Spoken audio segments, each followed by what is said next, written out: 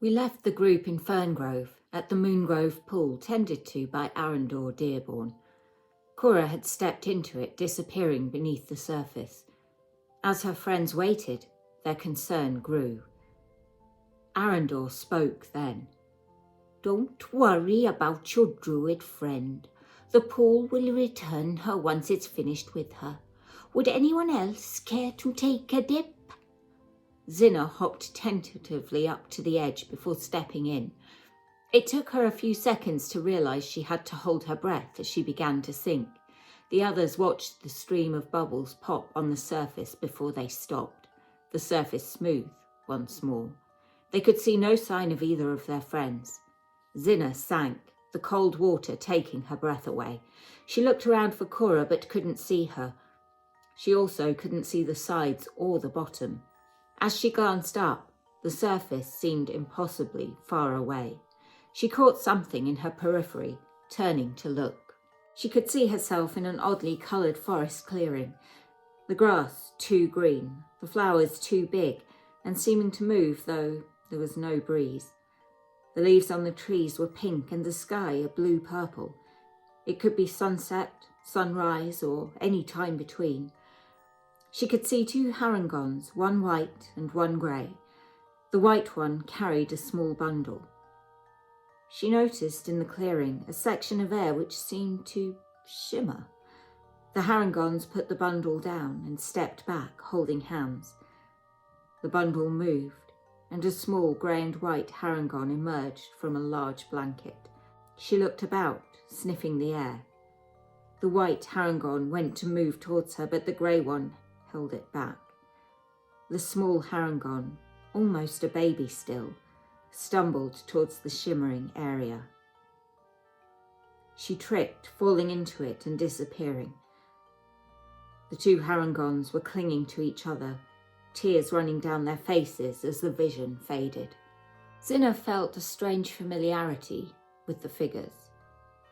She found herself breaking the surface of the pool, bewildered and breathless. Arundel helped the soggy bunny out, casting prestidigitation to dry her off. To those watching, she had been gone mere seconds. Bjorn decided he'd never get a chance like this again and stepped up. Arundel mentioned, "You might want to take off your armour. You'll sink like a stone in that." But it was too late. Bjorn plunged in, sinking fast. As he descended like Zinna before him, he felt the icy cold. No sides in sight. Unlike Zinna, though, when he looked down, he saw ground beneath his feet. He stood in a desolate, rocky landscape. Dust swirled in the air, the sky tinted an ominous red. He could see two shapes on the horizon slowly moving closer. As they did so, he recognised two humanoids. As they drew closer still, he could see they were wearing finely crafted plate mail, each carrying well-made weapons with a magical aura. They looked directly ahead, stepping in perfect time with each other. When they were about 5 feet from Bjorn, they stopped. A pair of wings unfurled from each, one set, skeletal and blackened, the other a mass of glorious, golden feathers. They simply stared ahead, not even looking at Bjorn, as they raised their weapons aggressively. As they brought them down towards him, the vision faded. He broke the surface with a little more difficulty, dragging himself out of the pool and informing everyone that he thought he had just foreseen his death. As Arundel cast prestidigitation to dry him off, he softly said, "The pool usually shows you something from your past or your future, but hasn't predicted death before. It's usually something important you need to know." As he said this, Asher jumped in. He experienced the same sensations as the others, soon feeling a hard wooden deck beneath his feet. He was standing on the deck of a ship. As he looked across, he could see a human man and woman with a little boy. The man had lifted him up so he could look over the side. Asher saw the boy point, shouting something intelligible. The expressions on the adult faces changed to fear and then horror, as a wave engulfed the child. Asher could see him suspended in the water for a second before he was swept away. More waves crashed onto the ship, and he could feel it violently rocking beneath his feet. As the vision faded, his ears were ringing with screaming and the splintering and cracking of wood. Yancey had lain down on the grass, staring up at the sky. His vision was suddenly blocked by an inquisitive, furry face, as the llama they named Dali gave him a big lick. He sat up as Asher emerged. Arundel asked if anyone else wanted to go in, but Yancey had already been given a vision by his god. Callie, with a natural aversion to anything magical, was having nothing to do with it. Bjorn asked whether Asher had seen his death, and he replied no. Zinna told them both she had seen other bunnies like herself. Callie was keen to escape all this madness, and so the group departed from Ferngrove, assured that Cora would find them once she was back from Denmark. The pool. I meant the pool. Callie took the lead, taking the group along the trail they had taken previously to the river. His low survival roll meant that it ended up being the rest of the group who guided him back onto the right route each time he strayed. They got to the site of their previous battle easily enough, and with nothing to fight this time, they simply had to cross the river. They discussed jumping and using a rope before noticing there was actually a log bridging the water. Asher inspected it, fairly certain it was fine, then took out his rope. Handing one end to Yancey, he delicately picked his way over the log. Once on the other side, he realised that 50 feet of rope would not be enough to secure it to a tree. Yancey whipped out his own rope, swiftly tying an excellent knot with a sleight of hand roll of 19. He kept hold of one end whilst Asher busied himself tying the other to a tree. Bjorn, impatient, made a running jump across at the narrowest point, only realising as he came into land that he was leaping into a cluster of rocks, vegetation and trees. He managed to land on his feet and just avoid losing his balance. Meanwhile, Callie took Yancey's end of the rope so that the cleric could cross on the log, using the rope to help. He crossed with ease. Zinna then took the end from Callie and cautiously hopped across, gathering up the loose rope as she went.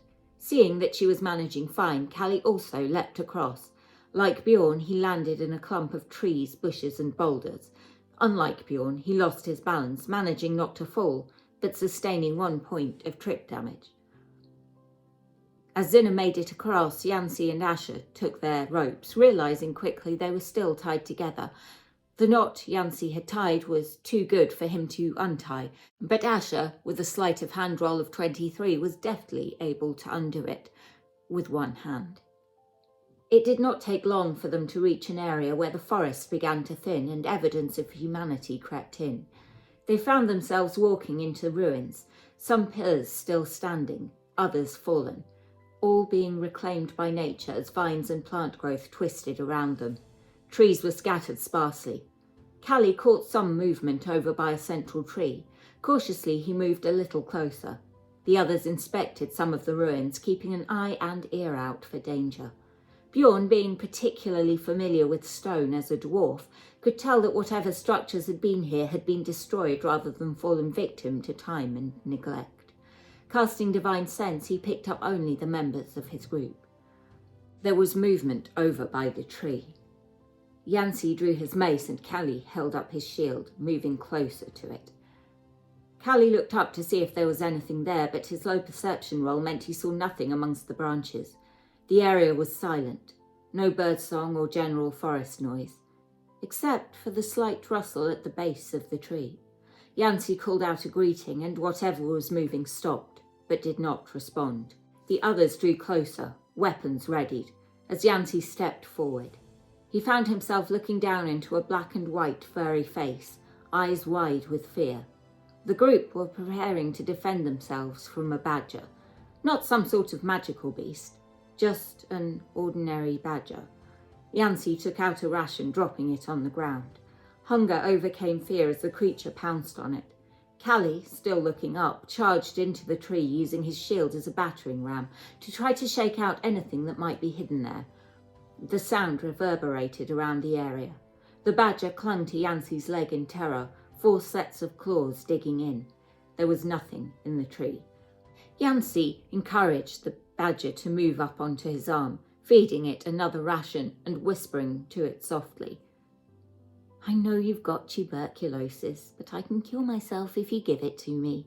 Aren't you adorable?"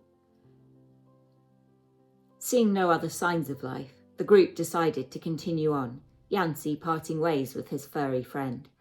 They found themselves amongst more ruins, a path leading to a group of houses.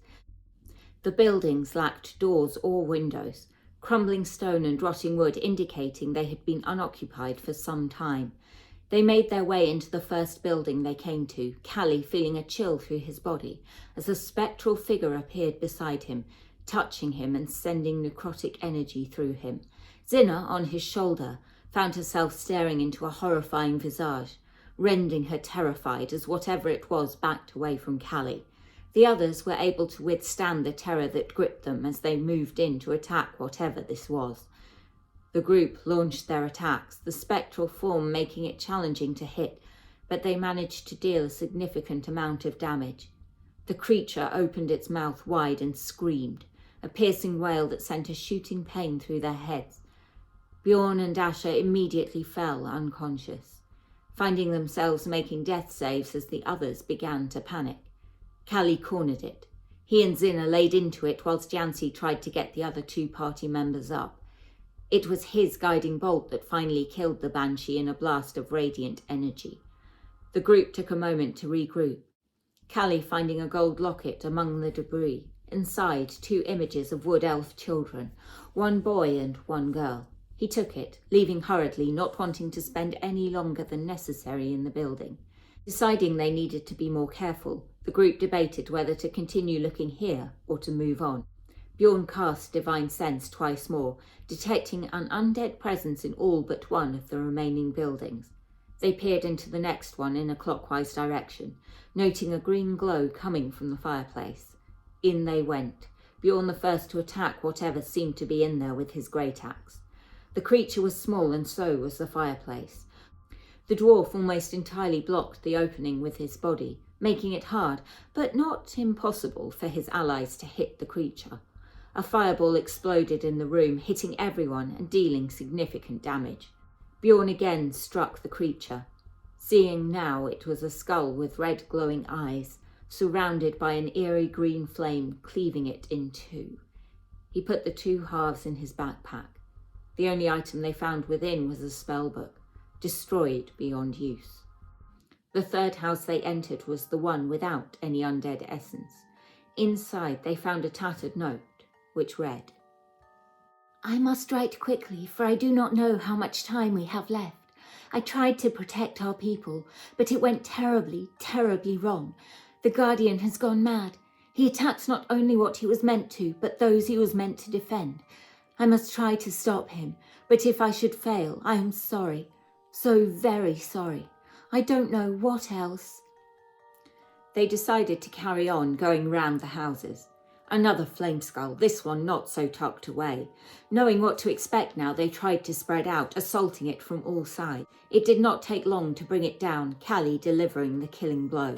Asher took the intact and now lifeless skull. All they could discern was that these creatures had once been humanoids. They left the ruined building, debating whether or not to take a short rest before clearing the other 2 buildings.